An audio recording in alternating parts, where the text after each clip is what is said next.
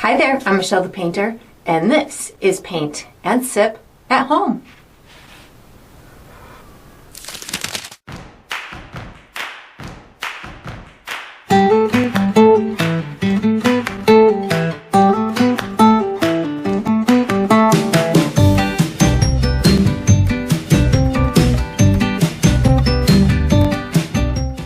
Alright, so today I'm going to be painting Grasshopper in the rain, and I'm sipping on some cherry tea. This painting that I did today is inspired by a photo that was submitted by one of my Patreon members that I like to call Miss P, but her name is Cindy Perry.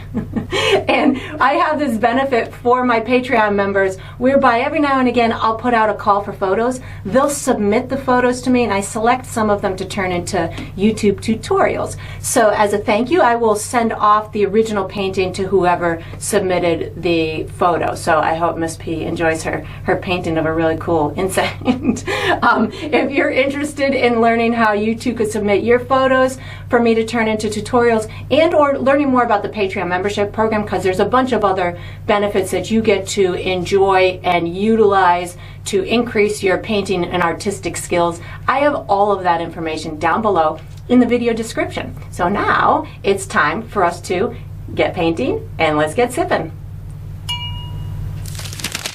Alright, so for my materials today, I'm going to be using a stretched and primed 16 by 20 inch canvas. If you're painting along, you can certainly switch up the size, but that's what I'll be using.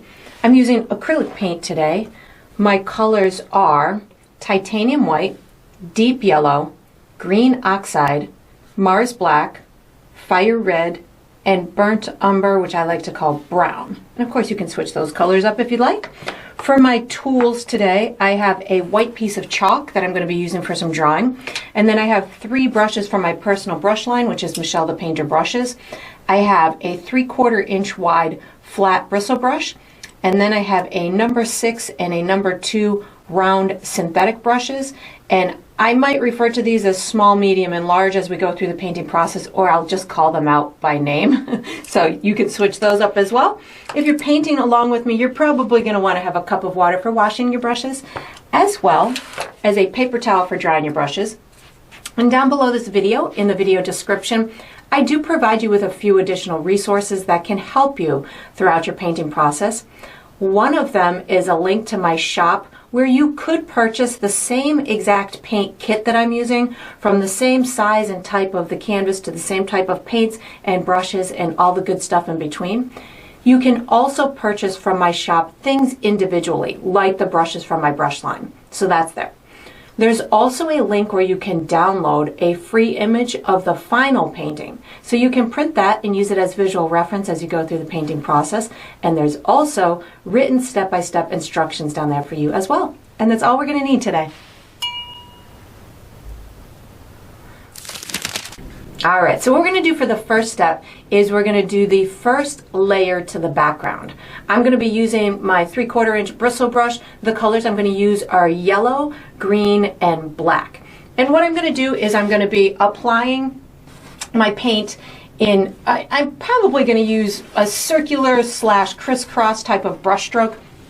I just want to have these really soft gradients, but I know because I'm using especially the green and the green color on top of this white background, it's going to look pretty streaky and scratchy after I get this first layer on. So we will do a second layer to soften it all out. So this is just going to be the base coat. I'm going to put some lighter sections with my yellow, then I'll merge them into my green, and then I'll have some darker sections with the black.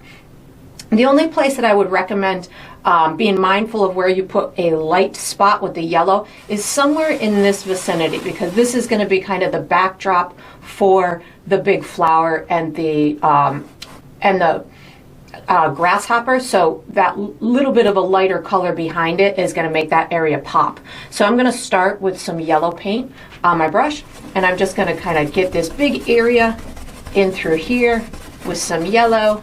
I'm even going to put maybe a little bit of yellow up into the edges, and I don't need to have a solid color around the exterior of these sections. I'm just kind of putting on a couple of tones in through here that are going to allow me to have this out of focus type of appearance in the background. So now I'm going to, maybe a little bit over here too. Now I'm going to pick up some green. So I've got green on my brush, and I can overlap it and intermingle it with that yellow. I did not wash my brush, and some of my yellow is even still wet on my canvas. So it's okay if I blend that in and it kind of overlaps a little bit, even up in through here. That yellow and the green combined is going to make for a really nice natural appearance to it. So as I'm applying this green paint, again, I know that I've got I'm using a firm bristle brush, so it's most likely going to leave me with brush marks or scratch marks or whatever you want to refer to them as. Again, I'm not concerned about that at this stage because this is going to be just my first layer. So as I go through this process, you could even use a multitude of brush strokes. You could go from circular to crisscross. I don't necessarily recommend making it all look so different with the brush stroke. Like I wouldn't do just circular on this side and just crisscross on this side. I would definitely kind of keep those brush strokes looking pretty uniform to one another, even if you mix them up a little bit and some of them are the circular and some of them are kind of crisscross. That's totally fine. But again, keeping them a little bit on the uniform side might help in the future steps with if you do have areas that don't get covered 100% with the softness of what we'll be doing in the future. You can rely upon a uniform kind of brush stroke to have it look finished on the areas that might not get a full second coat on them.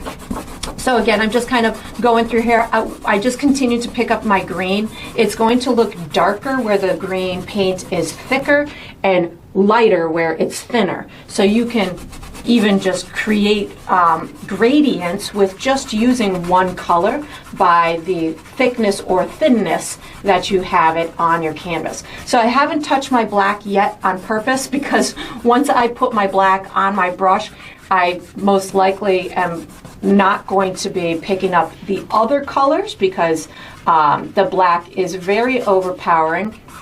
So I'm getting the majority of this done or to my satisfaction before I start adding black into the equation, because again it's going to be really dark once I do that. So putting a little bit more green down in through here, and then I think once I got this little section, I'm pretty ready to rock and roll with some black. So now I'm going to pick up a little bit of black on my brush. I definitely wanted a big dark section over here. And you'll see, obviously, as soon as I start putting the black, how dark it really can get. And again, I'm not concerned about it being perfect at this point. I just want to get these almost, I'm going to call them block sections, but block sections would indicate that they have clean edges around them, which obviously mine do not. So I'm just going to call them large color sections. I'm going to put, you can even pick up black with a little bit of green on your brush if you wanted to. So that would be, you know, if you're a little bit nervous about the black going fully black, you can certainly intermingle it with some green as well. But the black is very overpowering, so you'll notice as you go through that process that once it's black, it's black. Or you know, if you've used very little bit of paint on your brush, you can obviously get it to go a little bit lighter, but it's pretty black, pretty dark. And then once I've got this done, I'm thinking that that's a great start to this. So we will be using the same brush for the next step. And what I'm doing right now, just to give you a little heads up here, as I'm kind of closing out this step, I'm just looking around my canvas and I'm using a very light brush stroke. I do have black in my brush, but because I'm just using the tip of my brush with a very light brush stroke, I can kind of paint out or soften any really heavy scratch marks that I might see that I don't like. And then once I've got this done, I'm going to wash and dry this large brush and get ready for the next step. All right, so what we're going to do for the next step is we're going to do the second layer to the background. I'm going to be using my large bristle brush to paint. The colors that I'm going to be using are black, red, brown, green, yellow, and white. So all my colors. So what I'm going to, in essence, be doing is doing a second layer on here in order to soften it so it looks nice and out of focus. It could be a field, it could be additional flowers. You can imagine it to be whatever you want, just something outdoors and nature oriented. And I'm using a photo reference as my inspiration today, so I'm using similar colors to that. But if you wanted to do a blue sky or anything like that, you could certainly do that. So I am going to pre-mix myself one custom color. I'm going to use my number 2 round to demonstrate how I'm going to get to it. I'm going to call this color dark yellow. So I have pre-mixed it. It's here on my palette so you can see where I'm headed. How I achieved this is mostly yellow, but I wanted it a little bit deeper and darker so we could have some various tones in the sky. So once I have that yellow, I'm going to add a little bit of red, which is going to bring it kind of into an orange place. A little bit of brown, which is going to neutralize it, and a touch of white, which is going to help for the opacity of it. So then I just take those 4 colors and I mix them together, and then I adjust it into whatever I need. So this is a little bit darker than I want, but it seems to be pretty much the right color. So I'm just going to add a tiny bit of white, and I will continue to add white until I get it into the value that I want, which would be the lightness that I want. And then if it's too yellow or too red or too anything, I will adjust it. But I'm thinking that that's pretty darn good. So I'm just going to combine that with the rest of my little pile here. And once I have that color, I am ready to rock and roll. So what I'm going to be doing for this is I'm going to start in my lighter areas. So that's going to be kind of this is primarily my lightest area, but I'll have a little light area in through here. I'll use yellow and white in through here to get it to be a little bit softer of a yellow. And then I can also start incorporating that dark yellow into these yellow areas in order to get them to blend into the green. So I'm going to start with my deep yellow and a touch of white. So not my dark yellow, but my deep yellow and a touch of white. I'm going to start right in through here. This step I will primarily be using this circular brush stroke. That's what I have in my head that I'll be using, but sometimes I do alter from that. And wherever I'm going to do a section like this, I am going to blend it out into a soft edge. So the edges almost kind of disappear into the section next to it. So if you want to do a little bit more in that section, just pick up that white with a little bit of the deep yellow, and then just get this to blend out, overlapping the green. So I'll attack the green in a minute, but I'm going to do these yellow sections first. Over in this little guy here, this is where I want to use some of that dark yellow. I didn't wash my brush, I just put some of that dark yellow on. I'm going to put it in through here, and then again I'm going to just use that circular brush stroke and soften it until it kind of disappears into the rest. So the idea here is it will take on the colors that are underneath it. So that's going to give you a really nice soft out of focus type of a look. So you're layering and blending at the same time. I think I want to use a little bit more of this dark yellow, maybe down in through here, just to get, I'm digging the tone of it. And I think it's going to look nice overlapping and intermingling with some of the other colors. So I'm going to utilize it. I think that looks pretty good. I'm going to pick up now, I'm going to start picking up a little bit of my dark yellow and a touch of green. So dark yellow and a touch of green, and I'm going to just kind of overlap this area. And you can see as I'm doing this just how soft it's becoming the appearance of it is becoming. So you can tell the difference from here to here. This has a lot more kind of scratch marks. This is a little bit softer, and that's the whole primary goal here, is to get it to be nice and soft looking. So again, I'm picking up my dark yellow plus my green. I've got some yellow up here, so I can use this to kind of intermingle with that, and it's gonna take on the effects of that yellow underneath. And again, your section, color sections don't have to be exactly the same as mine. Again, I'm using a photo reference as my guide through this color pattern, but you can of course modify yours whatever way that you want. Again, I'm going dark yellow plus some green oxide to get this little section in through here. And again, every little section I do, I'm overlapping it into the areas next to it. So that's allowing it to look nice and soft. I'm thinking I want a little bit more of this green and dark yellow, maybe somewhere in through here. This will help get it to go into this brighter yellow section in the interior. And if you're coming into a place like this and you say, well, I want it a little bit lighter, you can certainly add a little bit of the deep yellow and white as well. You don't have to do it exactly as mine. This again is going to be a lot of this area is going to be covered by the flower, but if you're feeling like you want a little bit more lightness around that flower, just pick up a tiny bit of the yellow and white, and that's going to give you that softer, lighter appearance to it. And again, I'm trying not to overblend. I'm just trying to get this second coat on. I'm thinking that up top here, I think I want to actually use a little bit of green plus a touch of brown on my brush. So green plus a touch of brown.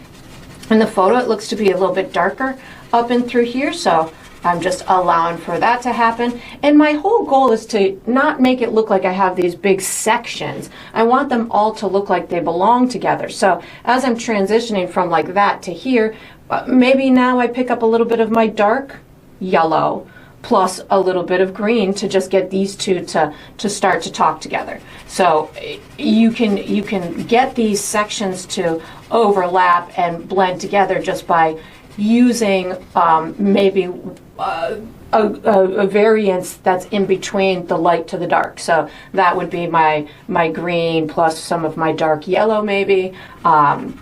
But again, this is out of focus. There's some dark spots, there's some light spots. I just picked up a little bit more brown because I'm seeing it's a little bit darker up and through here in the photo.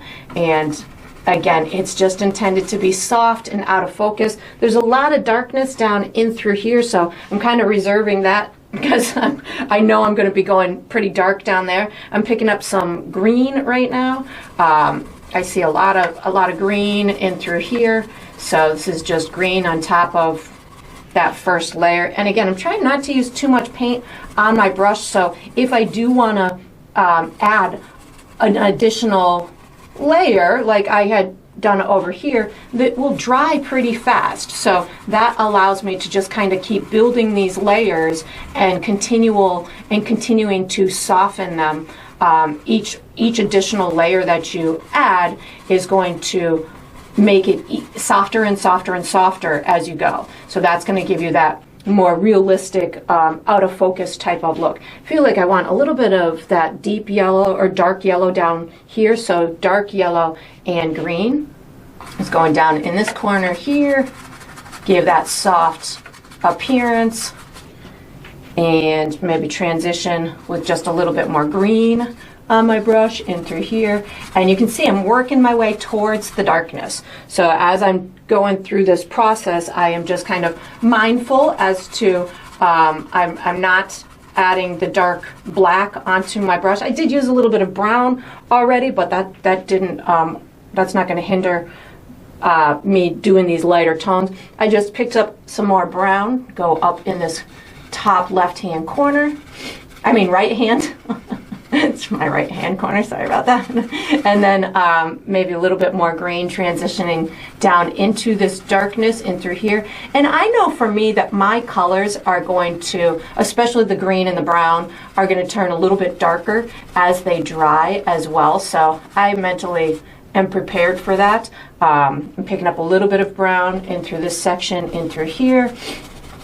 And again, I'm kind of being mindful of where I'm going to be going into that black. I keep picking up brown right now to make my way towards that really darkness of the black. And again, using a circular brush stroke, if you and a soft touch, so soft pressure. So as I go through this, if I am doing this scrubbing technique or this circular blend that I'm doing, and I'm on pretty fresh paint, even though my first layer has dried, going onto this second layer, that paint underneath is pretty new, even if it's dry, and if you wet it too much with really thick, heavy paint, you run the risk of pulling it right off of the canvas. So if that happens, if you run into that issue, just kind of back off, let it dry, and then you can add your layers on top of it. I just picked up a little bit of green plus black on my brush right now. So green plus black, and I'm going to start hitting these darker areas. And again, just a little bit of that circular brush stroke, green plus black, and allowing it to overlap into the neighboring sections. And you may find after you get this done that you want to do a third layer. There's nothing wrong with that. If you feel as you're going through your process that a third layer would just make it softer and prettier and bring it more into that place that is visually appealing to you, then do a third layer. Just make sure that you've got your this layer dry before you go on to a third layer. It will definitely make it much easier for you. I feel like I want a little bit more darkness down and through here, and I would definitely once I've got this all kind of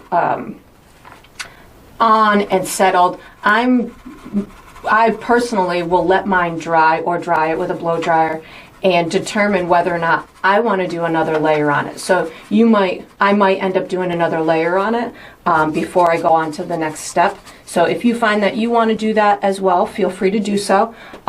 You can just keep, as sections dry, you just go back into those original colors. Like I'm picking up a little bit of yellow, both yellows, and a little bit of white, because I feel like I want to just amp this little area up just a little bit in through here, and then you can certainly do the same. That was kind of not the smartest move because I had my darker colors on there, so I'm just washing my brush right now and going to blend this out, but you can certainly keep fiddling with it as much as you want. We are going to be using our drawing utensil for the next step. So once you've got this as soft and out of focus as you want it to be, you can put this large brush away, take out a drawing utensil, and get ready for the next step.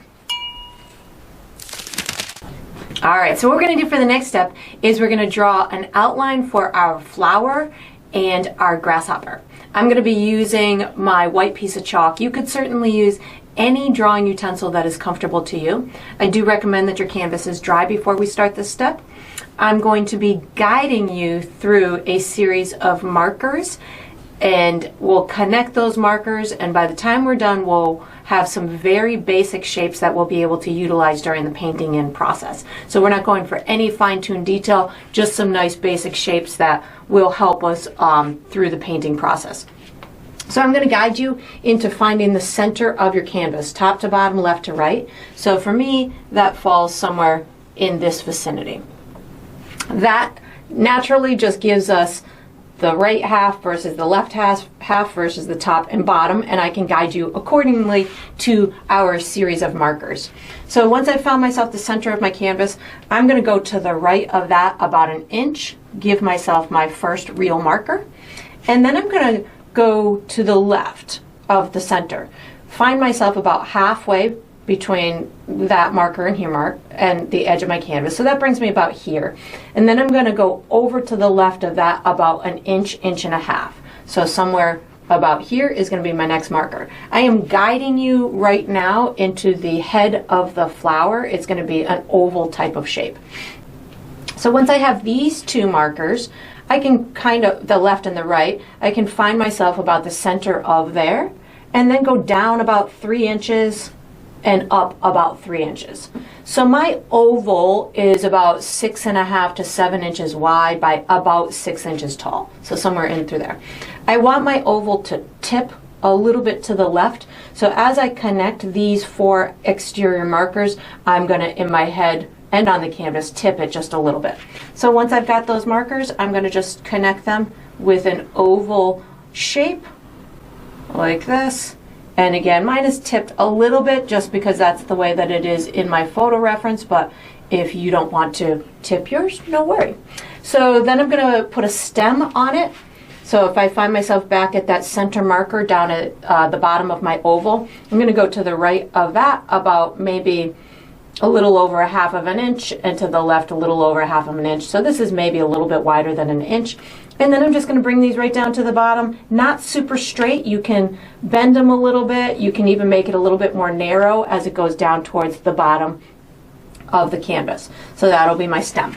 Now I'm going to do an outline for my grasshopper, who's sitting right on top of this really cool flower. So I'm going to find myself back at the center marker that we had made, which was somewhere in this vicinity. I'm making another oval, and this time it's going to be about 1 inch tall by about 6 inches wide, and it's going to be a little bit diagonal like this. So if I find myself right in through here, I'm going to go up from that about 1 inch. That'll give me about the height of my oval. Over on the left-hand side, I want my oval to come a little bit outside of the exterior of that main flower oval. So if I find myself, you know, just at the top of my flower oval and come to the left until I would say maybe about 1/2 of an inch out to the left of that main oval, that'll be my back end of the insect's body. And then if I go to the right of the center of this oval about maybe 1.5 inches and just up a little bit, that'll give me the front end. So I've got it again at a diagonal. So now I can connect my 4 markers. So I'm going to make it a little bit round here, and then this is a very long line coming in through here, rounded at that rear end, and then this is going to overlap the top of the oval, the top of the flower just a little bit. So somewhere in through here I'm going to overlap it like this, and then just bring it and round it out like that. Now that I've got that basic shape, I'm going to add a couple of more fun shapes that are just going to give me the leg and the wing. So the wing is going to travel along the back, and it's going to pop out to right about in through here. So a little bit higher than the back end of it. I'm going to start it right maybe about 1 inch behind the top of this skinny oval, somewhere in through here. So this is almost a horizontal line, but it does dip just a little bit down, and then I'm going to curve it here, and it's going to come back into the insect right a little bit in from that back circle or oval. So now I'm going to put the leg on, or at least a shape that's going to help guide me into the leg. So this is going to be it's going to pop up, like, we'll call it the knee. The knee joint is going to pop up right in this vicinity. So I would say right about in through here is going to be the knee. And then the bottom portion of it is going to overlap into the flower just a little bit to the left of that center portion. And again, this is another kind of oval type of shape, but it's a little bit wider down at the bottom. So I'm going to take it from this bottom marker, bring it out a little bit, and then bring it up into that knee area, and I'm going to do the same thing over here. Bring it out a little bit and then up like that. I'm now going to erase a couple of my guidelines so you can see what I did.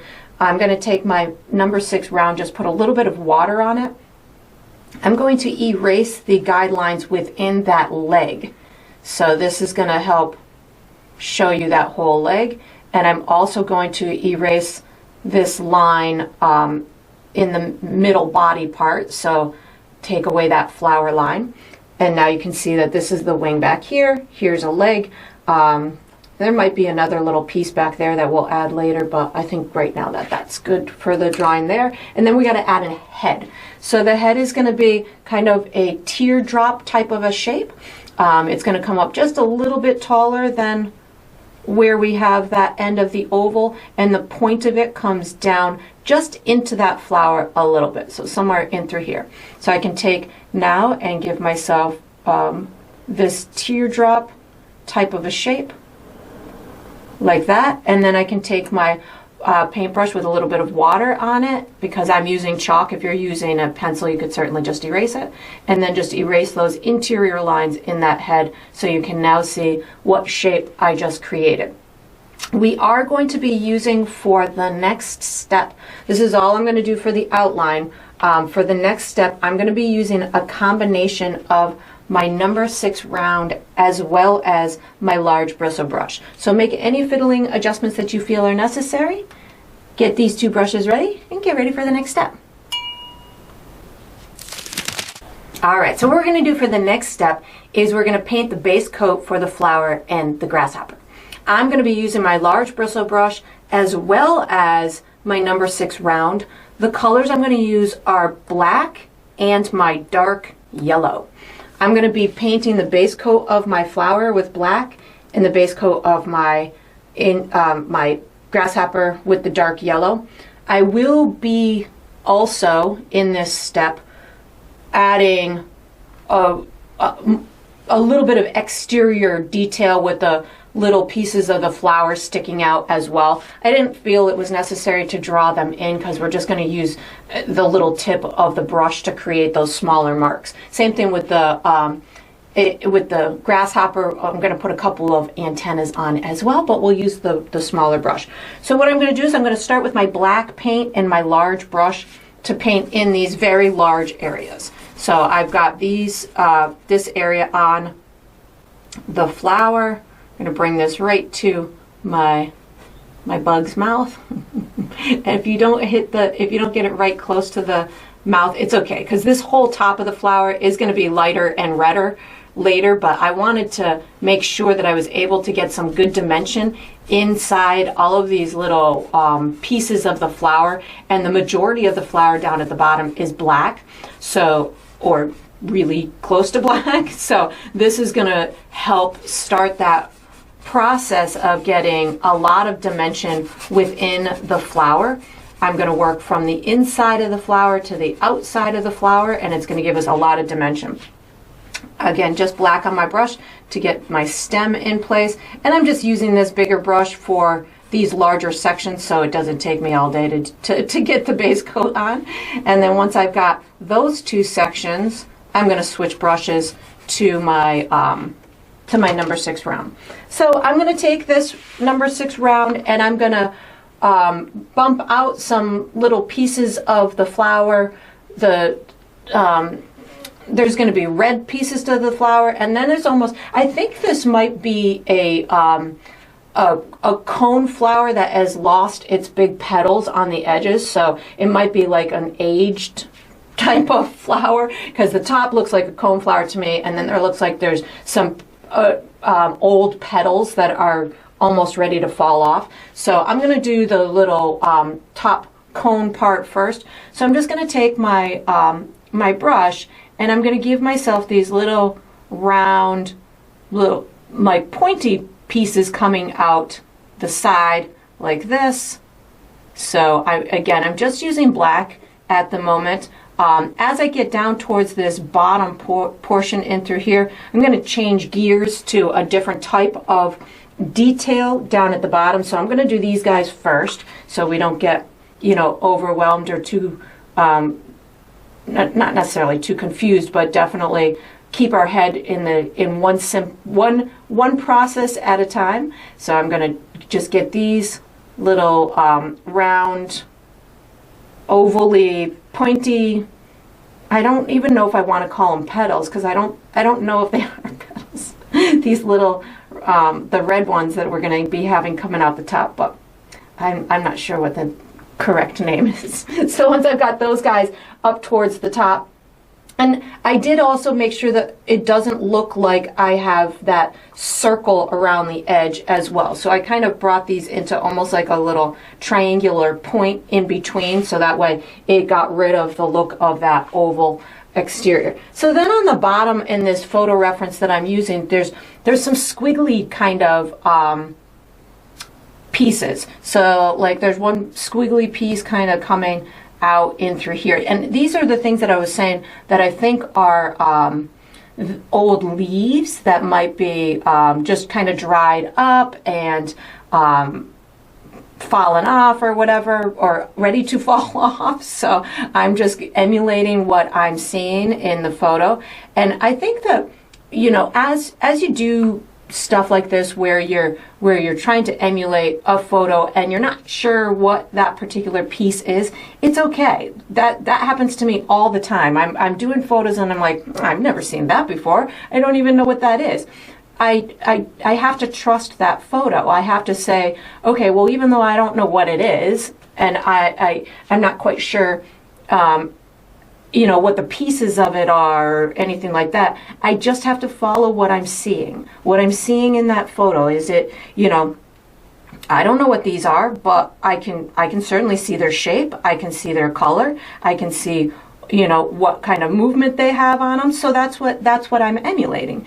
And you know, you don't always have to technically know what that thing is that you're painting if you're able to see and detect those little details. So that's what I'm doing here. I'm looking at the photo and I'm saying, okay, well, there's a couple of things that pop out here. There's a little bump here, so I'm going to put that in there. There's little peekaboo spots where, you know, you can see the background. And then over on this side, there's a big one that comes jutting out over in through here. So we're going to put that in there. And of course, it's a flower. So you can certainly make yours into whatever you want it to be. Yours doesn't have to have the same exact little poking out pieces that mine does. You can make yours into, you know, a different type of flower. Maybe you want to make yours into a daisy or a rose or, you know, a tulip, whatever, you know, any kind of special flower that you like, you can certainly do that. But right now I'm just creating a silhouette of the little flower, the little pieces sticking out, and then later we'll add much more detail into it. There's a little peekaboo spot in through here that I can see the sky or the background behind it, so we're gonna make sure I leave that. This one kind of comes down a little bit further, and then there's even like a little one of these old petally things coming in front of my stem that kind of sticks out somewhere around here, so I'm going to just kind of put a little marker down in through there. And then once I've got that established, my flower with all of its little pieces poking out, I'm going to wash and dry my brush, and I'm going to paint my my grasshopper with my dark yellow. When I go to do this, the only thing that I want to be mindful of is I don't want to lose where I have the leg or this wing. So as I'm painting it, I'm just going to leave a little evidence of my chalk mark, and that way I will have that information later when I really need it. Because right now I could potentially just paint the whole thing in, but I know that for me, if I lose my guidelines, sometimes I lose my shape, my initial shape that I had intended. So I am very mindful of that because it's a barrier that I have to deal with in my own painting experiences. So if you deal with those kind of things as well, you just leave a little evidence of your guideline and then paint the rest of it in. This doesn't even have to be a perfectly executed coat. We are going to be doing much more work on this little cute. I think I'm going to call it an insect because I think it's it's a type of insect.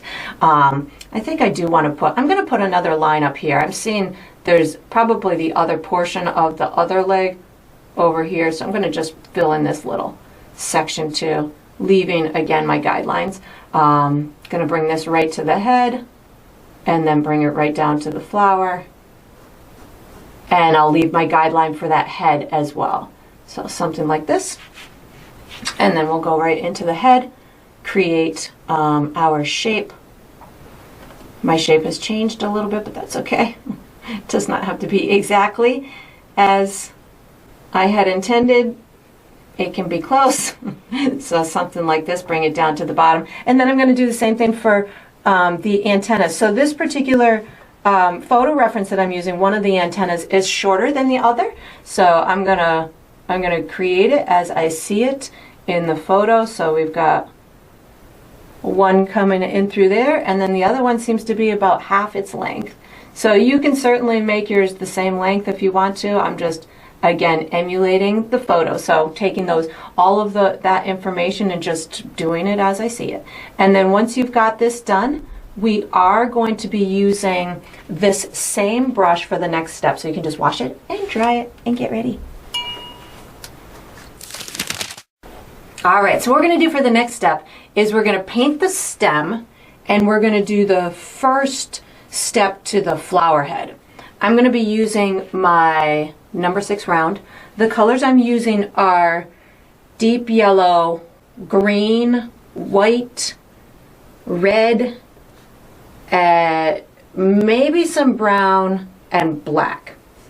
And what I'm going to do is on my stem, I'm going to be making a highlighted side over here on the left, and then it's just going to fade into the darkness, and then I might put a couple little raindrop marks, if you will, over on that right hand side.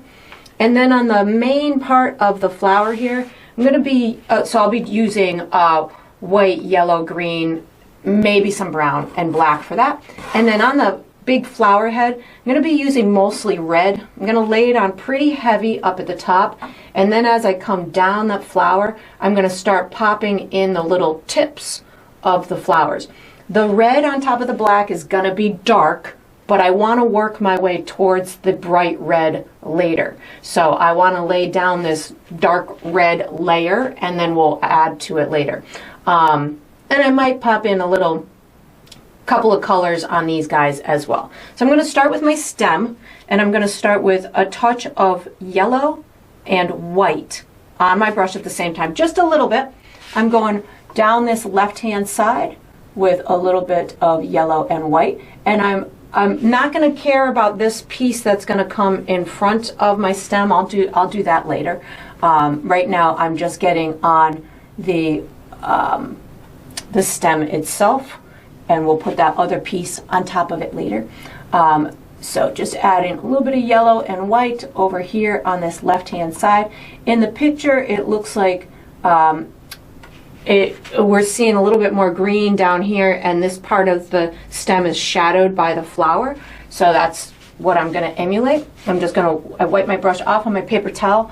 I picked up a little bit more yellow, and it doesn't have to be a smooth gradient on a stem. The stems usually always have some sort of textural, visual textural element to them. So I'm just kind of tapping my brush as I go along. I just picked up some green, and I also know that this is going to look darker as it dries because it's on top of the black base. So that's where I knew that I wanted to have that textural element. So that's where that black comes into play as the base coat for it. So that looks pretty good. I've got it nice and diagonal like that. And if you felt that you needed it to blend into that black a little bit more, you can wipe your brush off, pick up a touch of brown, and transition the green to brown, and then pick up a little bit of black to finish it out. So again, I went white and yellow to green to brown, and now to black. And then on this right hand side of the stem, if I felt that I needed to do anything more on that, I can just pick up maybe a touch of yellow and white on my dirty brush and maybe just tap it down that right hand side. This will just make it look like there might be a couple of little raindrops or something, or just that little tiny bit of glow from a light source just kind of hitting that side of the stem. So that's all I'm going to do to that. If it dries a little bit darker than I wanted, I can always come back and add another layer to it, but I'm thinking it might look pretty good. So I'm going to wash and dry my brush, and then I'm picking up some red paint. So in the photo, nearly half of this flower is almost black down at the bottom. So, and it's pretty red, pretty red up and through here, almost full red up and through here. This little section in through here is where we're going to see the little pieces, the tips of the flower edge parts. So I just loaded my brush with red. I'm going right underneath my my grasshopper in through here.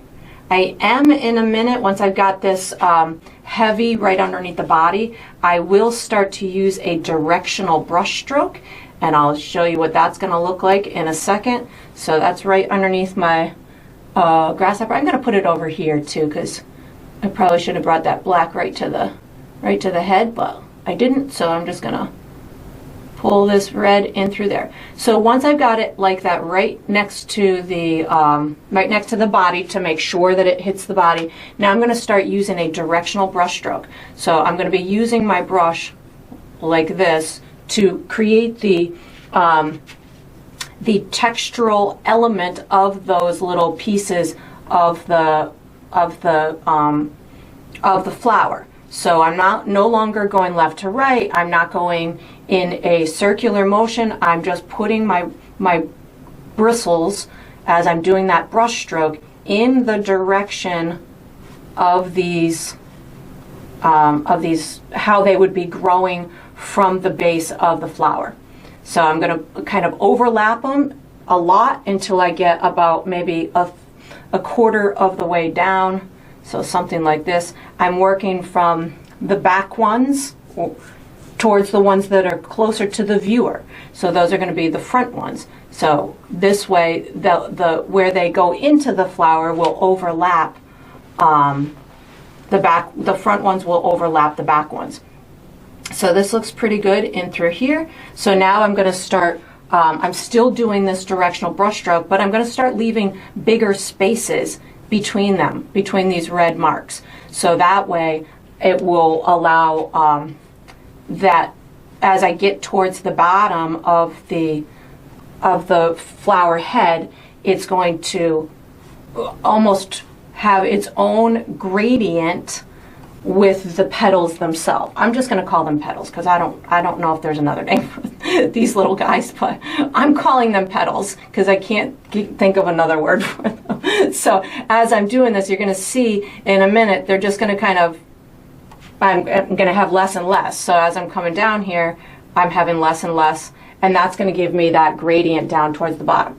I do see that I've got a lot of area down here that looks unfinished because my black has a little bit of streakiness to it. So now that I'm down in this vicinity, I can start to pick up black with my red. So I can pick up black with my red in order to take care of any little spots that I may have missed or that has a little bit of streakiness to it. So black plus red is how I'm finishing out this bottom part. And you could go all the way black if you wanted to. That would be totally fine. But if you felt that you wanted to have the illusion or the essence of some of those little tips, then definitely use a little bit of red with it.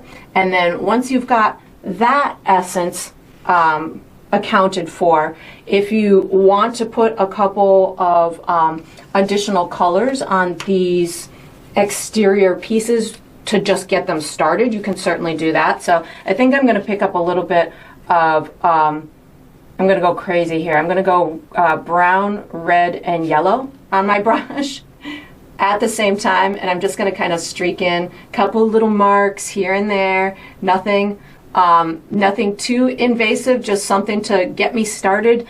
Maybe this can be the start of this little guy and through here. And because I'm using all three colors on my brush at the same time, some of the areas are going to be lighter, some of them are going to be darker, some might have a little golden tone to them, some might have a little reddish tone to it. But again, I'm just doing this just to kind of start a little bit of the process.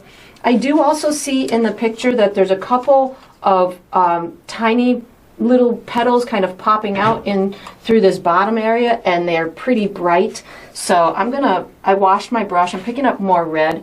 I kind of want to emulate those. So There's one like right in through here. It's kind of pointy coming out. That has some red on it. So again, these are just little nuances. So if you are, again, following a photo and you really want to give it a similar likeness, if you see a tiny little rogue petal somewhere, put it there. That's going to help bring it into a more realistic place and really get it to emulate that photo. So I'm thinking that that's pretty good for this step, so I'm going to call it. I am going to be using this same brush for the next step. So once you've got yours about to this place, you can wash and dry that medium round and get ready for the next step. All right, so what we're going to do for the next step is we're going to paint the dark areas on the grasshopper. I've changed my mind. Instead of the 6 round, I'm using the number 2 round. The dominant colors I'm going to be using are black and brown.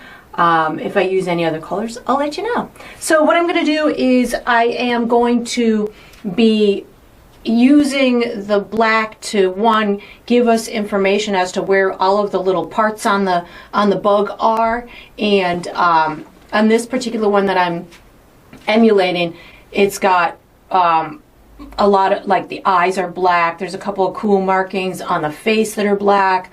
There's a little shell over the shoulder that's partially black and partially this like greenish yellow color. So we'll be doing the black sections. And then I am going to be extending the body down a little bit, this chest area. I did it this way so we could make sure that we had that red underneath there.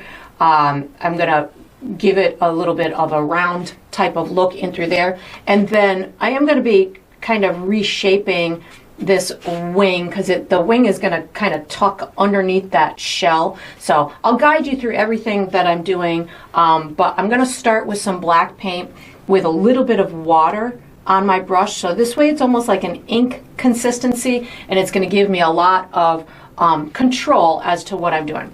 So first I'm just going to put an eye in place. I'm going to come about halfway down the this oval type of shape that we created, and again, on this particular bug, it's got this fun little dip over on this left hand side. You don't have to go with all of these little nuances that I'm seeing, but I'm going to make this big eye, and we're going to just do it black right now. We're going to put a nice shiny highlight on it later, but this is just, again, going to start the process, allow us to make sure that we have everything that we want in the places that we want, and this will be an easy way to build it. I know sometimes for me, if I try to dissect all of the little colors and shapes and paint them independently of one another on a particular object, it gets a little bit confusing for me. So what I like to do is just pick a basic or a dominant color for that particular section. This is the eye on the other side of the head, and there's a little black section, I think, going maybe on that forehead. I like to pick that dominant kind of color and just lay that down, and then build all those highlights and shadows and all that good stuff on top of it. And black, this has a lot of black in it, so that's good. It looks like there's a little black area around where the antenna goes into the head. So the antenna is right here, so I'm just going to kind of give myself a little outline around the end of that, and then there's this fun little shape, if you will. Lots of little shapes on this guy, so we're just going to make all these shapes as I see them. There's around the mouth, there's kind of a black line that comes somewhere in through here, and then around, I call it the mouth, the bottom muzzle part of the bug, something like that. Maybe, I think there's a little line in through here, and then just a couple little fun additional marks. This actually has, looks like a little black kind of outline around there, and a couple little marks in through here. That looks good. So again, and we're going to be adding more to it. This is just getting us started. I'm going to do that dip for the chest. So I'm going to come somewhere in this vicinity where this little mark is, and then bring it down like this. It's going to meet kind of where this leg kind of curves at the edge I'm going to give this curved line right in through here, and then I'm going to do another line, which is going to separate what I'm going to call the armor on its back from like where the leg and the wing is going to come out of. So I'm going to come about halfway between the head and this leg in through here, somewhere in this vicinity, and I'm going to create this curved, oops, my brush hit my canvas, an error, a curved type of line around the body like this, and then bring it back up near that face or touching that face, something like this. Up on this upper portion where it's meeting the face, I'm going to leave a little kind of line, if you will. It's coming right to the face and through there, but then in this back area I'm going to leave just a little bit of a sliver of that color between that eye and this shield, so that way we can understand where that is. So the shield part has kind of a black pattern in the top front portion of it, so I'm going to just emulate some little black color pattern in through here. So again, just a little bit of black is going to give me that color pattern at the top of this this shield. I don't know if that's the right terminology for it, but we're just going to go with it. So it's got a little bit here, and then it comes down in through here. And again, it's going to have a shine on it later too, so that will help make it look nice and fun. This whole bottom area in through here, I'm going to be doing black, but I do want to point out one thing. So the wing comes out from under this shield. So I want to give myself a point of reference for that. So I'm going to take, actually I think I'm going to wash my brush. I'm using white. I didn't say I was going to use white. I want to have a light line for this. So I just picked up a little bit of white just so I can have a continuation of this wing over here, and I'm going to bring it down a little bit further into here and just kind of curve it up. I just want that a little bit lower, so that gives me a better point of reference where that wing is going to come out. I'm going to color this whole bottom section with black. So I just washed my brush and I'm going to color this whole bottom section with black. And we'll put the little leg and stuff coming out of that later. This is just gonna, again, get us started, give us, this whole section is a lot of black on the bug. So insect bug. Sometimes I just don't know the proper terminology, but we're just gonna roll with whatever comes out of my mouth. It's not a bird, I know that. So something like that will work. And then on these two legs, I'm seeing a kind of little patterns. So I'm going to just put the black where I see the black. I see that there's some at the top of this knee area, so I'm going to just put a little section of black up there. I see that there's a section on this one in through here, so I'm going to just put that little section in through there. And again, you don't have to follow me exactly on this, but this is how I am able to dissect these type of paintings. I say, okay, I'm doing my black areas, and I can work with those on a kind of a simpler way than just trying to say, oh, I want to do the leg and there's 86 different colors in the leg, so let me just hit my black sections first. So on this particular leg, there's this really cool like diagonal type of pattern. It rides pretty close to the top of this leg, so I'm going to just do a kind of a sketcherly black line in through here. It goes right down to about here, and then there's these diagonal marks. So I'm going to make one kind of in the middle so I can just follow it like that, and then I can make a whole bunch of other ones kind of coming off at this similar angle, something like this. They seem to get smaller and smaller as they come up this left-hand side. So I've got my main one here, and then I can just follow. And again, when I do stuff like this, I'm watching for the color patterns. I'm watching for things as they are in relationship to other things. So as I'm doing this one, I'm noticing that this little pattern gets smaller and smaller as it's coming up here, so I'm just making my marks smaller and smaller. There's a little bit of a shadow underneath here, or a little dark area, so I'm going to just put a little bit of black underneath there and just kind of blend it into that body a little bit.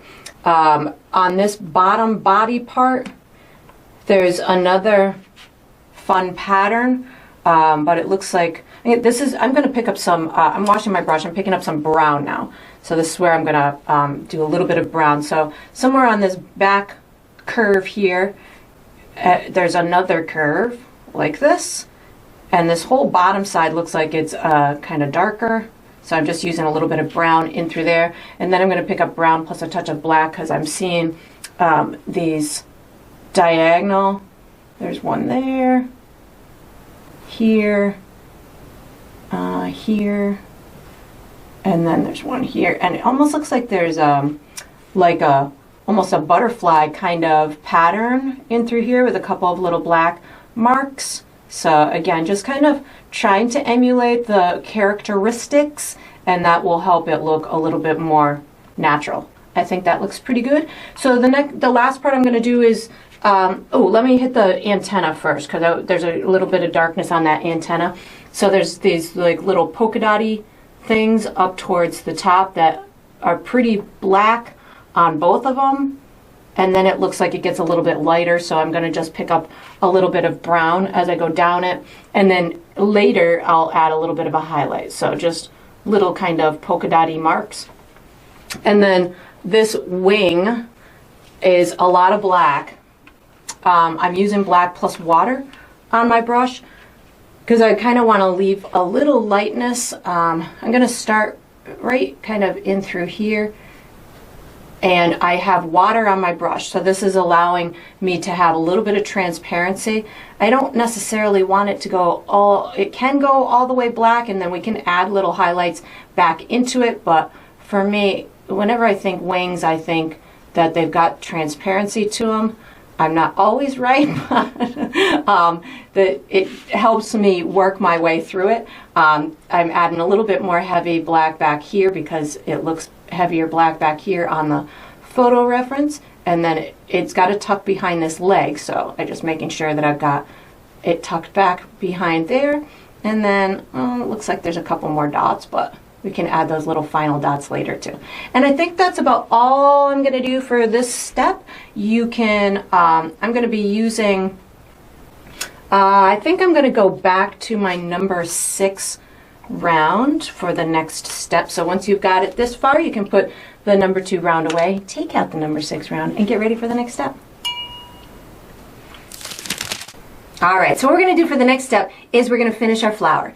I'm using my number 6 round brush. The colors I'm going to use are all of them. So I've got dark yellow, white, deep yellow, green, black, red, and brown.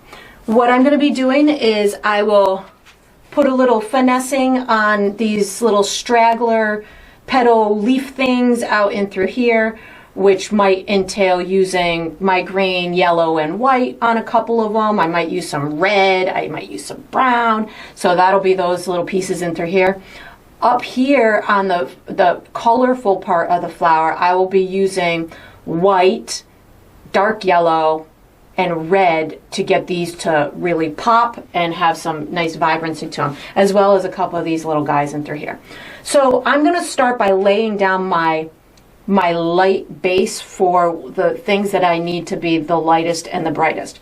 So I'm going to actually pick up a tiny bit of white, and I've got a couple of little guys down here that I want to have some brightness to them. So I've got white on my brush. I'm going to add a little bit more darkness back to them, but I want the tip of these guys to have some vibrancy, and in order to get that vibrancy to happen, I need like almost a primer coat on top of my black. I just put a little bit of the dark yellow on there as well to get a little bit of so it's not super duper white, but gets a little bit of a gradient going.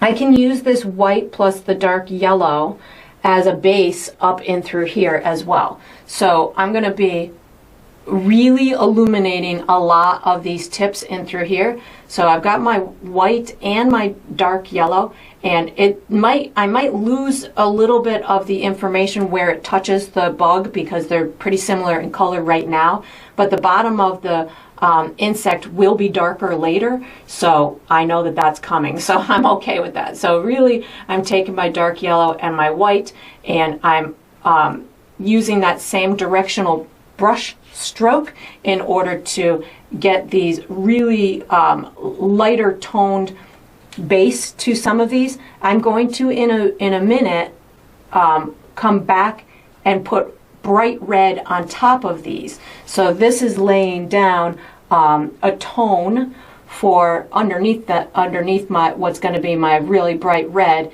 in order to get it to really pop. So once I've got it pretty light in through here, and I don't need to get all the little crevices because these flower pieces are, you know, kind of dancing with one another. They have darkness in between them.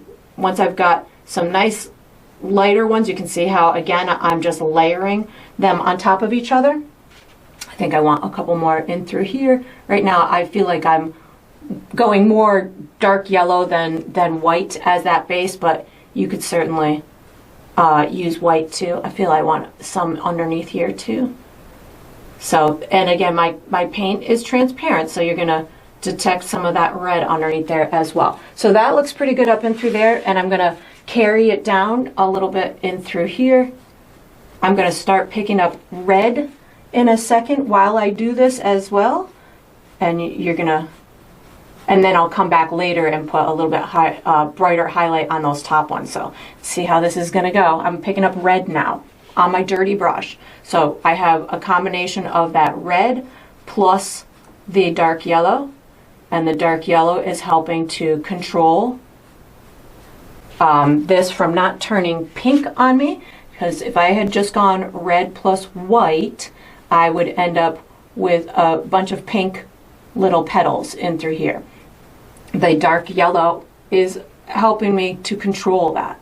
So again, I'm just kind of using that to my advantage right now, and I'm just going over the same ones that I did initially, and I am going to also, before this step is done, I'm going to put a little pop of extra brightness on the tip of a couple of these, so they look like they're three-dimensional and rounded. So right now I'm giving them their direction. I'm allowing them to kind of pop and show the viewer how they are laying inside there, but if I want to have a three-dimensional look to them, I'll show you how to pop on a little tiny, almost like a ball kind of highlight to them in a minute. But I'm going to let this kind of settle and dry for a minute, and while that is getting into its kind of dried state, I'm going to go and take care of some of the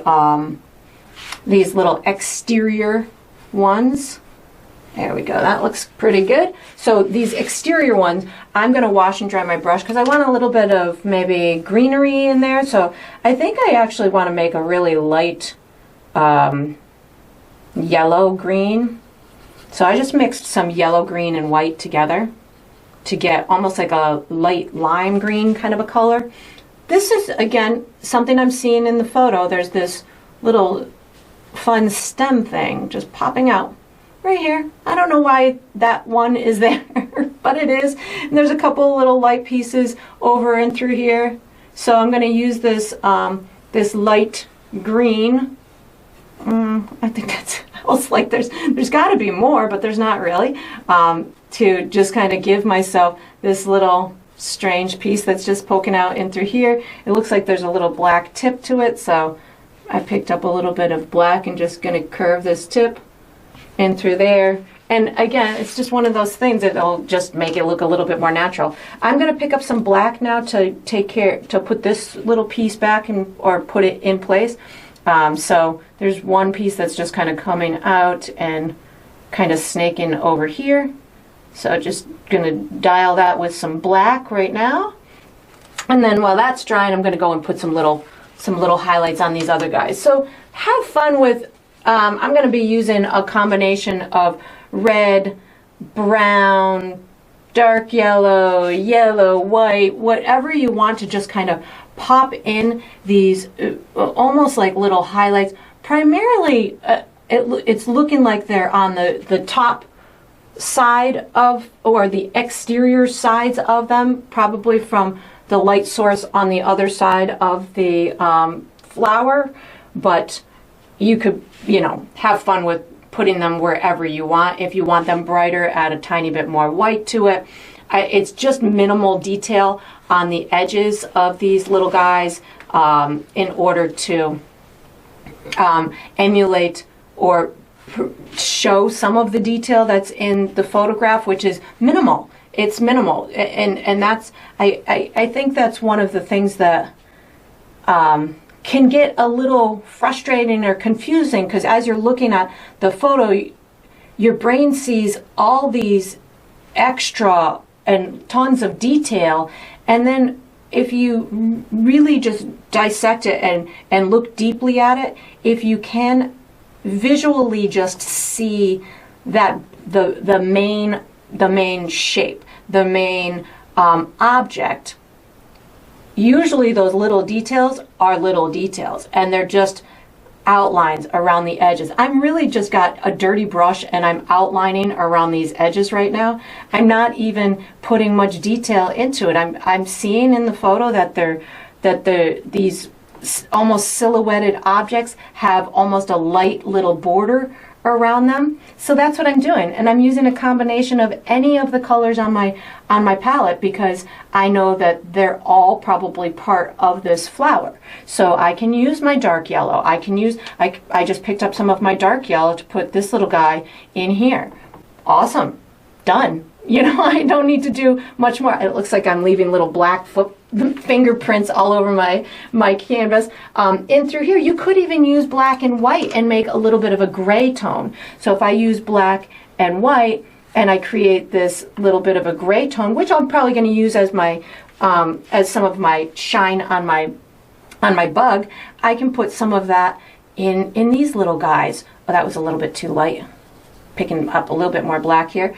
I can put kind of the silhouette of a couple of little marks in through here. So you don't need to just be nervous about adding these details, because they're usually just little minimal ones. And we have rain coming too, so just know that the rain's coming. The rain is coming. So now I'm going to wash my brush. I'm going to put some extra stuff up top. So if I want these tips to look more three-dimensional and rounded, this is where I would use red and possibly a touch of white, just to lighten up my red just a touch, but not to make it pink. And if yours goes pink, you can certainly add a tiny bit of yellow to it, and that will counteract the pinkness to it. So I've got just red and white mixed together to make a pink type of tone. And this is where I can take and I can put like a little ball type shape at the head of some of these little petals, and that's going to make them look more three-dimensional. So if you've got them in front of other ones, that little extra bit of a highlight is going to make them pop out even more. So again, this photo that I'm going off of is very, it's kind of out of focus, so there's not a lot of distinct detail in it, but if, you know, I can detect that these are kind of popping out a little bit, so that's where that lighter red would work. Up in through here, I definitely need that to be lighter, so you can go with the light red if you wanted to, but I'm going to attempt to use just red on top of that, because it is a really neutral light base, and my red is transparent. So because my red is transparent, it will allow me to have this nice vibrant reddish orange type of tone to it.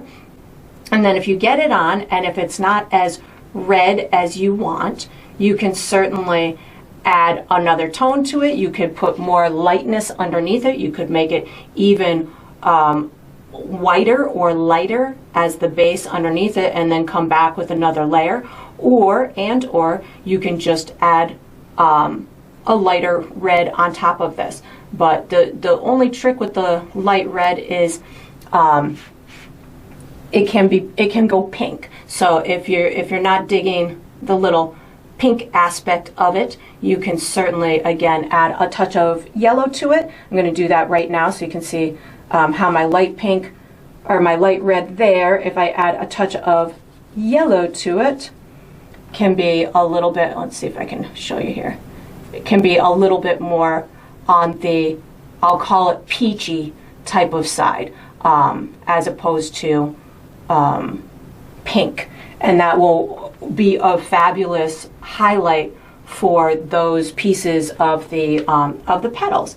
And then once you've got it into a place that is comfortable to you, again, leave some of the darkness between these little petals, because that's what's going to make it look the most natural. Even in the photo, the petals over on the edges, they have darkness to the edges of them. So I know that I don't need to cover it all the way. I can let some of that dark undertone show through, because that's what I'm seeing in the photograph. And if you feel you want to add more, add more. If you feel you want to take away, you can certainly just add some black to it, and that will take it away. And then once you've got this done, we're going to use the number 2 round for the next step. So you can, fiddle with this as much as you want, make any of these little guys pop as much as you want, and then you can put this brush away, take out a small round, and get ready for the next step. All right, so what we're going to do for the next step is we're going to finish the grasshopper.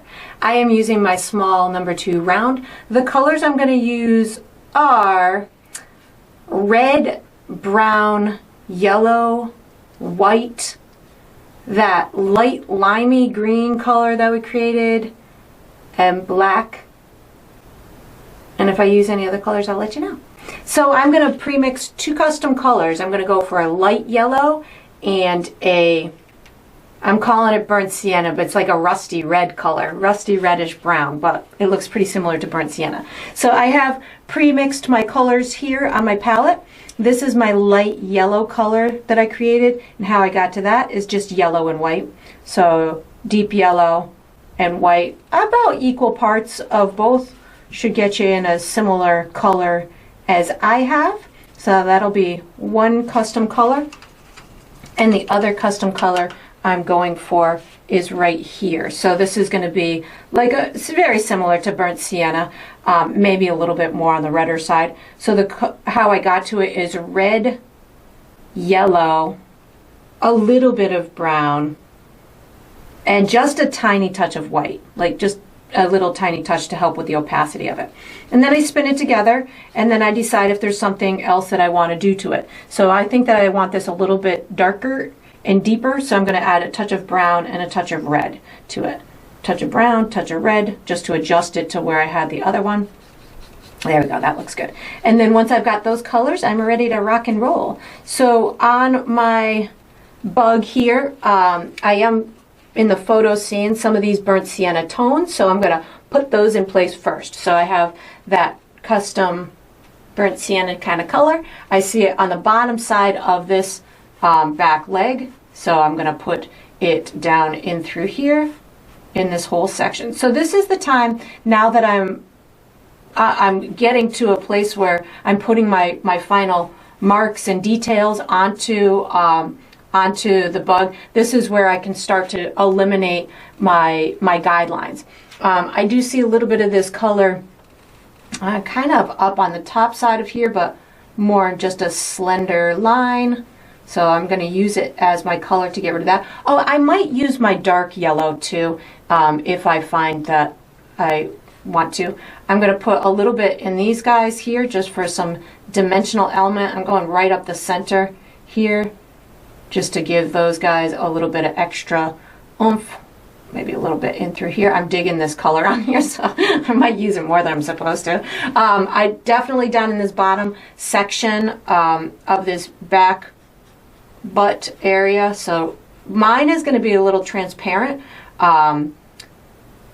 because of the type of paint that I use. If yours is solid, you may want to, if yours has great opacity and you can't see through it, you may want to add a little bit of water or liquid medium. I'm pulling a little bit of this up into these guys as well, like that.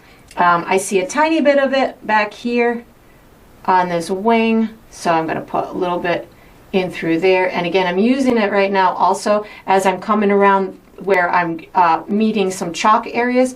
If I'm in a chalk vicinity, I'll just make sure that I get rid of that chalk mark. Let's see, am I seeing it anywhere else? Maybe a little bit up on the top side of the head. So tiny bit of that burnt sienna-y color. I'm actually putting it right on top of some of my black, as well as a little bit on this front part of the head. I see a touch of it in the antennas as well, so kind of close to the top of them. They're very little antennas, something like that, and something like that will work. I think that's good for that burnt sienna kind of place. I do want to put some legs on as well. So while that's kind of drying and settling, I'm going to plan out where I want my legs to go. And this is where I'm going to be, I feel I want to use that dark yellow, which I wasn't quite sure if I was going to use or not, but I'm deciding now that I want to. So in the photo, I only see 3 legs. I see the 2 front legs. One is kind of on the other side of the face, and one is kind of coming out of here somewhere and hiding in these leaves, petals. And then there's one of the side legs kind of coming out here. So I'm just going to use my dark yellow to put them in place. They're very faint and hardly visible in the photo. So if you are nervous, just go similar colors to your flower and you should be fine. And then it just tucks behind one of these petals in there. I'm going to use it coming out somewhere in this vicinity, maybe about an inch away from the face. And it's going to tuck under. I think I need to bring that little armor down a little further. I'm using my dark yellow. I'm making a mark on the fly here. I'm bringing this armor down a little bit further because it looks like it's, now that I'm looking at that photo even more, I see that comes down a little bit further. So picking up more of my dark yellow, this leg comes out here and just really kind of disappears behind these little petals. So something like that. I'm picking up some red, sorry. I kind of bumped into that one a little bit more than I wanted to, so I'm just putting the petal back on. Washing my brush, picking back up my dark yellow. I'm going to put this leg back here. This is going to be the side leg, so it comes out somewhere in through here, and then it just kind of lays right in front or right along this that back leg like this, and then it has a joint and goes and tucks behind those petals in through there. So those are the only legs that I'm seeing. If you have access to this photo and you're seeing more legs than that, paint them in, but that's all I'm seeing. So now that I've got that in there, I'm just put another coat of this dark yellow right on here. I'm going to be changing the color of this little, or adding some additional stuff onto it in a minute, but just going to get that base going. So once I've got that done, I want to kind of finish my body, and then I'll go back and finish that head. So my body in through here, I'm going to pick up a little bit of black and brown to make sure all of my little dark areas are as dark as I want them. So there's black and brown on my brush right now, and I'm just making sure that I've got all of my little marks. There's a lot of little like dark polka dotty stuff down at this bottom side, so that's what I'm putting just to give that little bit of extra information that I'm seeing in the photo in through there. There's a light edge to the tail, which or to the back part, which I'll put in a minute. That looks good for that. Just making sure this is dark enough in through here. The leg looks good. So now I'm going to pick up a little bit of that light yellow that I created. So I washed and dried my brush, and I'm picking up some light yellow. I see a lot of light at the top of the bug and in some of these sections. So I have the light yellow. I'm going to go right around this rear end part in through here. And now I'm picking up a little bit of that burnt sienna. So light yellow and burnt sienna are now on my brush, just to give a little bit of a gradient around this little butt area in through here. And then on the top side of this section here, I'm gonna just use this light yellow kind of at the left side of these sections, and this is gonna give it this real bright appearance, kind of top left hand side of each one of these sections, and that'll give it almost like an appearance as if it's being lit up above, you know, between the legs or whatever, between the wings or whatever. So that looks good. I can now do a similar kind of process on this guy in through here. So I'm going to pick up my light yellow plus my burnt sienna, and I'm going to stick a light line kind of, or a vibrant line going right down here. So light yellow plus a little bit of that custom burnt sienna right on top of kind of where we had the dark yellow earlier. This is just giving me that additional bit of detail. So I'm using the colors that I originally had on there, and now I'm enhancing them with these additional details. So this little part has that light yellow right on top. I'm wiping my brush off because this is really bright up here, so I wanted more of the light yellow, something like that. It kind of wraps around this back side as well, and it also has it at the top of this wing and through here, something like that. So light yellow is being used quite a bit. The bottom side of this wing, I've got, it looks like a little bit of the burnt sienna and my light yellow, so I'm just gonna not make it as bright as the top, pick up a little bit more of that burnt sienna, just so the light yellow will mute the burnt sienna, so it still has a similar tone, but it's softer with that light yellow in it. So that looks pretty good. I feel like this is a little unfinished in through here, so I'm picking up a little bit more of my burnt sienna and my light yellow just to put a second layer in those little guys. This back leg over here, picking up just that light yellow. It looks like I can get away with just kind of outlining the top of this like that, and then bringing this in through here. And again, you might find that you're seeing different colors than I'm seeing, but this body part, I'm going to hit that in a minute. I kind of want to just get this top of this area done. So this is light yellow on my brush right now. And this is like the wings kind of laying on top of each other, I guess. I'm picking up a little bit of that burnt sienna just to make sure we can see the separation between these two. So I'm going to put just a little bit of that in the wing portion. That looks good. There's a couple little marks here, but I'm just going to tap my brush to put them in. I don't really, again, know exactly what they are, but we'll just let that happen. I feel like I need a little more black back here before I move on to that front, so I just picked up a little bit of black and just going to make sure I've identified that as much as I need to, and maybe just a little bit more of the burnt sienna on this little tail part in through here. You could too pick up red if you wanted to. If you felt you wanted to enhance that anymore, you could certainly do that. So in through here and the front, I kind of left this because it's I want to add a little bit of an armor type of look to it. So I'm going to first use a little bit of that light yellow, or the greenish yellow. Oh, let me wash my brush first because I have to make more. This is that like lime greeny yellow color that I used on this one little piece right here. So I'm making myself some more because I ran out, and I'm going to use this as part of the armor color because I'm seeing it. So I see that there's like a part in through here that's got it. I see there's a little bit in through here. There's a little section in through here that's got this like light greenish type of tone to it. So I'm seeing it, so I'm putting it in. I can also, I see it a little bit in the face too. So I'm going to put it, it looks like there's this really cool outline of it right around the eye and through there. I see it as part of the back part of this eye. Maybe even a little bit of the shine on the top has it in through there, because it could be shining from the reflecting the trees and stuff around it.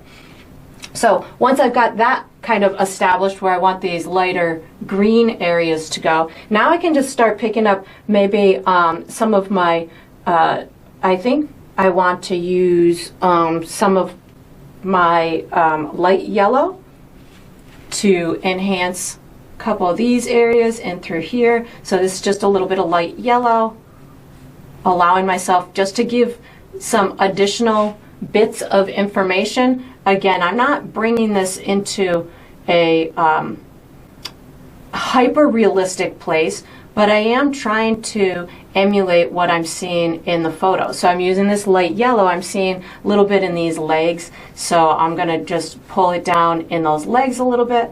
I see it a little bit there. I'm picking up a little dark yellow now because that light yellow was a little too light yellow for me. So I'm mixing it with the dark yellow to give just that second coat on that leg over there. The legs, again, are super faint, so don't worry about making those perfect. I'm just going a little light yellow there. And then on the inside here, I feel like I want to use maybe a little bit of that green and maybe a little of that gray that I created for down here. So green and gray. And I don't know if I said I was going to use gray, but a little bit of green and gray, just polka dotted on the face. I'm going to polka dot some black too on the face because I'm seeing some kind of darker textural type of marks on this face. I don't just want those big black outlines. So I'm polka dotting these additional colors as I see them. So green, gray. I mean, when I say green, I'm talking about that light green that we just created. Green, gray. You can use brown too. I'm going to pick up a little bit of brown and get a little bit of textural darkness in here. And again, I'm just polka dotting on this face. You could certainly use a much more fancy brush stroke, but I'm not seeing the need for it. So if you want to, feel free to do so. I'm just picking up a little bit of black to kind of diminish that outline. If the outline is too much, you can like get it a little bit blended out, and that'll make it look less. In through here, I just need I think I'm going to pick up some of that green plus a touch of gray just to pop in a little bit of extra colors in through here, a little bit of brown. So the armor looks to be really colorful to me, with like speckly marks all over it. And again, that will be whatever you're seeing in through this body part section. I'm just seeing a bunch of little color blocks for maybe the legs, the joints, the whatever else is underneath the armor. I'm not familiar with, but just lots of little color marks. I'm going back into my light green plus a little bit of white to get a nice highlight on through there. And then I need highlight on the eye, so I'm going to use that gray. So just black and white is going to give me a shine at the top of these of this eye and through here. I'm going to put a little bit over on the other side as well, just to give that shine so it looks like it is reflecting stuff in the atmosphere. Let's see, that looks pretty good. I'm probably going to add a little additional color to it too. I'm picking up a little bit of white to put a little bit of extra shine right in through here. A little bit of extra white right on that back too. And maybe a little bit of extra white right on the top of the head. While this is kind of drying, I am going to hit the antenna before I call it. That looks pretty good. So I'm going into the light yellow to give myself a a bright highlight on this top side of the antenna, and I'm kind of dotting it because that's the way I'm seeing it in the photo. So I'm just dotting a highlight in between the dark dots that I had made earlier. So something like that, and it goes to the end, but it looks like it's a little bit muted at the end. And then this one over here doesn't look like it has much, so I'm not going to do much on it. And I'm going to hit a little bit more of that light yellow on this left side of this highlight of the eye, because that's got pretty bright in the photo with light yellow, but I'm going a little bit more white too. And then after I get all of these pieces of my puzzle in place, I will definitely just kind of sit back and let it dry, see if everything in it is translating the way that I felt it should. I'm picking up a little bit of the burnt sienna too. Go right in between these eyes again. And you can certainly do the same on your end. And then once you get it into a place that is visually appealing to you, put a little highlight in through here to make it look like it's going around. And we are going to be using this same small brush for the next step. So you can just wash it and dry it and get ready. All right, so what we're going to do for the next step is we're going to make it rain. I'm using my number 2 round brush. The colors I'm going to be using are gray, white, light yellow, light green, and green. I think I said white too. So as I'm looking at this photo, and I've noticed this before, but it was very evident in this photo. So rain is water, and water is transparent and translucent and reflective. So on this particular photo, I was noticing where the rain goes over the green sections, it's more green. Where it goes over the yellow sections, it's more yellow. Where it goes over the darker, blacker sections, it's like a grayish color. So that's why I called out so many colors, because as I do this, if I'm going over the yellow sections, I'm going to be using a watered down yellow type of paint, so, and lighter, like a lighter yellow, so you can see it on top of here, but that's going to make it look even more natural.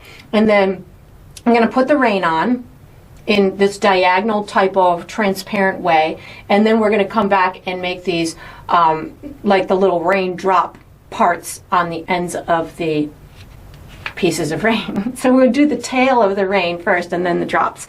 So I have on my palette those colors, and what I'm going to be doing is I'm going to be watering them down. So if I want to make some lighter yellow ones, I've got my light yellow here, and then I add droplets of water to my paint so it's very fluid and it's got a lot of fluidity to it. And you can also add a tiny touch of white too. So it's not necessary to use the white right off the bat. You can just check and see how it looks with it just being watered down, because the light yellow we did not use on the background. So we only used it in through here. So it will show up.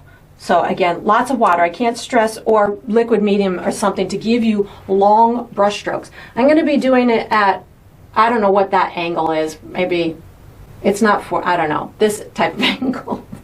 So I'm going to do a couple that are just going to get me in my direction. So I don't want to make them too wide, so I have a tendency to rest my hand on my canvas.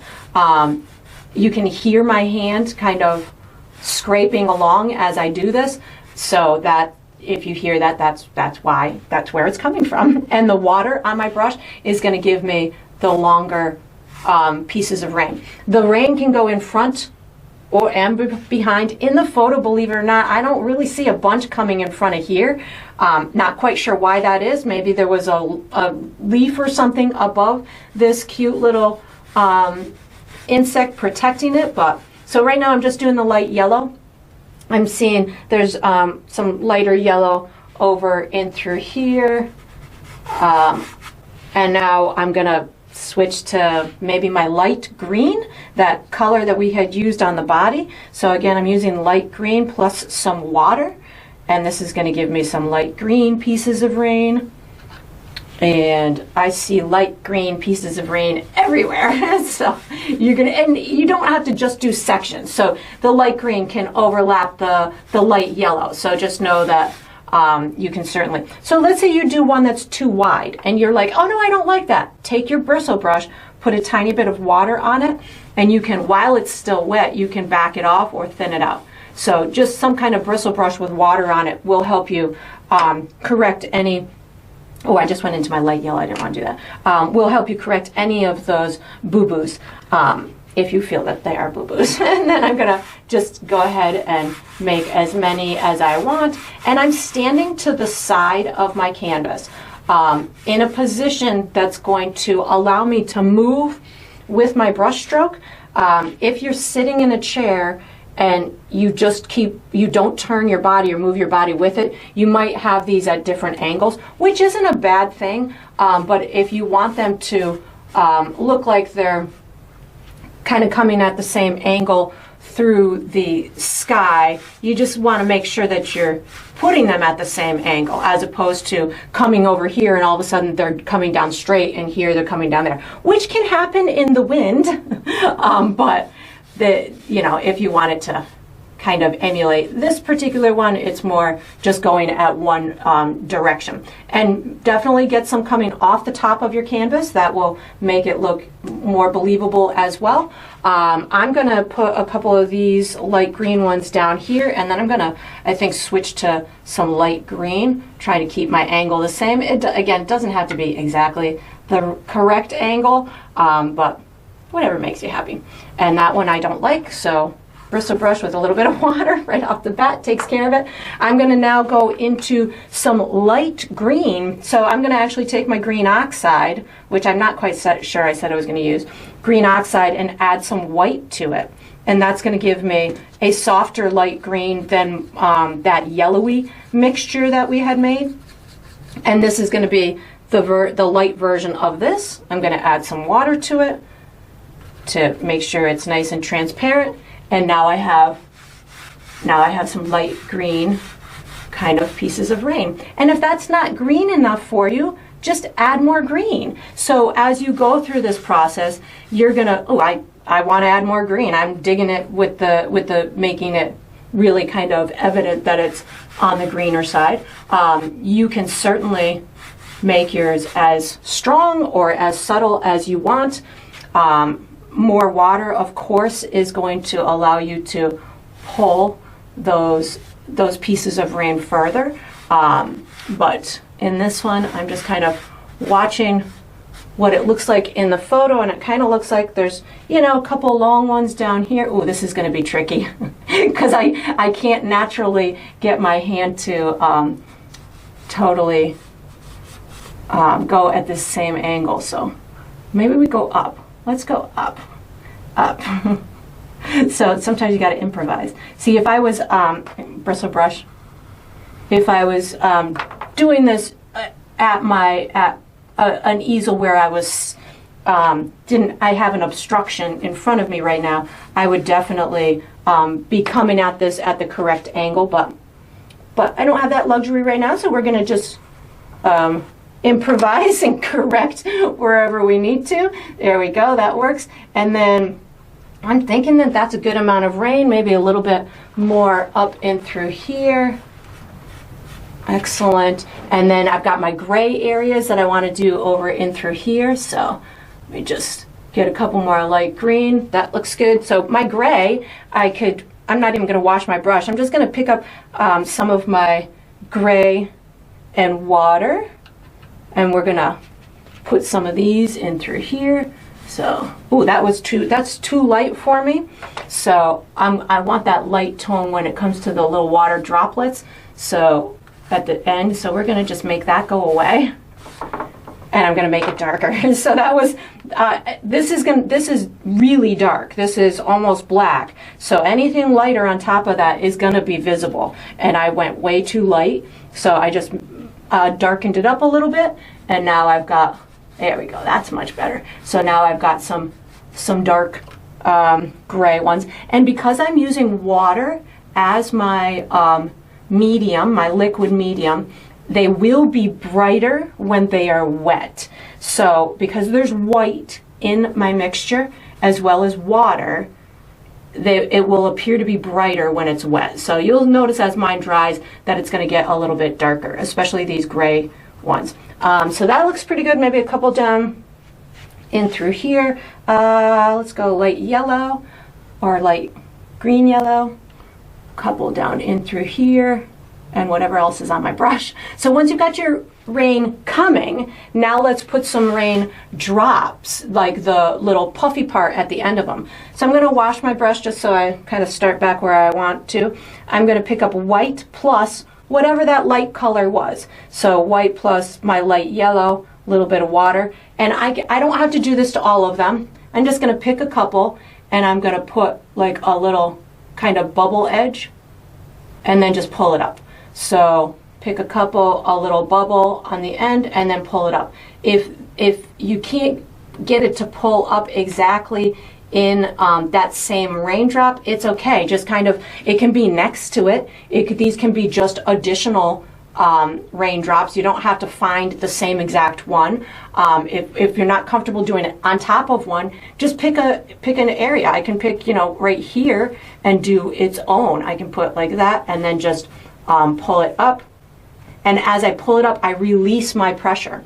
And if going backwards doesn't work for you, you can always kind of find yourself coming down that raindrop like this and then pushing hard at the, ooh, I like that way better.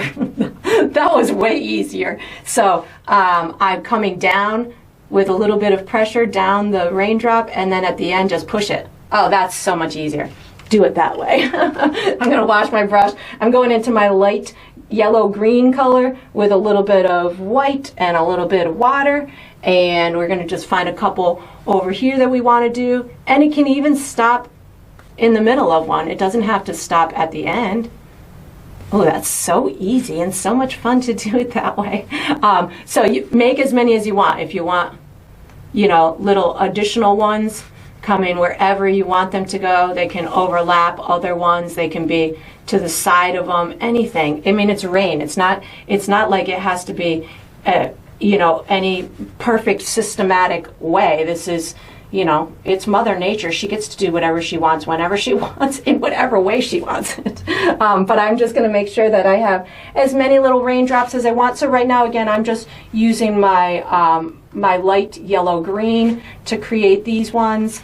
I feel like I want to put a couple of these down in through here. And any way that works for you, if you can puff out that little, the little tip of some of them, that's awesome. That's exactly what I'm doing. And again, I'm using more of the light greens and light yellows on top of my green and yellow sections. And then I will use more of that muted green on top of the green sections, and then I'll use gray on top of any really dark sections. You could even use white too. So if you're feeling like you can get away with a real light one, then just bring in a little bit of white on your brush and make yourself a little white one. So just know that, again, use your discretion, and wherever you're feeling comfortable with these marks, feel free to do it. I'm going into that light kind of pale with the green oxide and white that we had created with a little bit of water. And this will be some of the tips for these guys. And again, any way that works for you. And again, I do recommend trying to not make them look all exactly the same. So maybe some of them are bigger than others. Maybe you have a couple, just droplet-y things that just connect. Try and make them look a little inconsistent, and that'll make them look more natural. Again, in this photo, I'm seeing it does appear to be kind of heavier with more rain up at the top, and it kind of dissipates a little bit down at the bottom, but again, you make it into whatever you feel is comfortable. I'm going to put some of these over in through here. This is one of those steps that's going to be really difficult to stop because once you get going and you're like, oh my God, that looks so much fun, and you know, I was successful on that one. You want to do a million more and see if you can, you know, emulate that success that you had on that one. But you know, if you come to a place where you're like, that just didn't work out, you can always disguise it by using the background colors. So you can come back on top of it with your green oxide or your deep yellow, and you can disguise some of these marks if you made them to a little bit larger than you had anticipated or wanted to. And you can always also just add water to your brush and put these little faint ones for little space fillers if you felt that would benefit you. Over here I'm going to use that lighter version of the gray and put some little rain. No, that was too much. You know, you go for that first one. I probably should have. So that's going to be a nice long one. There we go.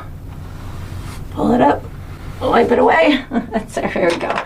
And you guys will be the only ones who know that that was a mistake one. And then, of course, you know, I was saying do it one way, and then I decided to do it another way.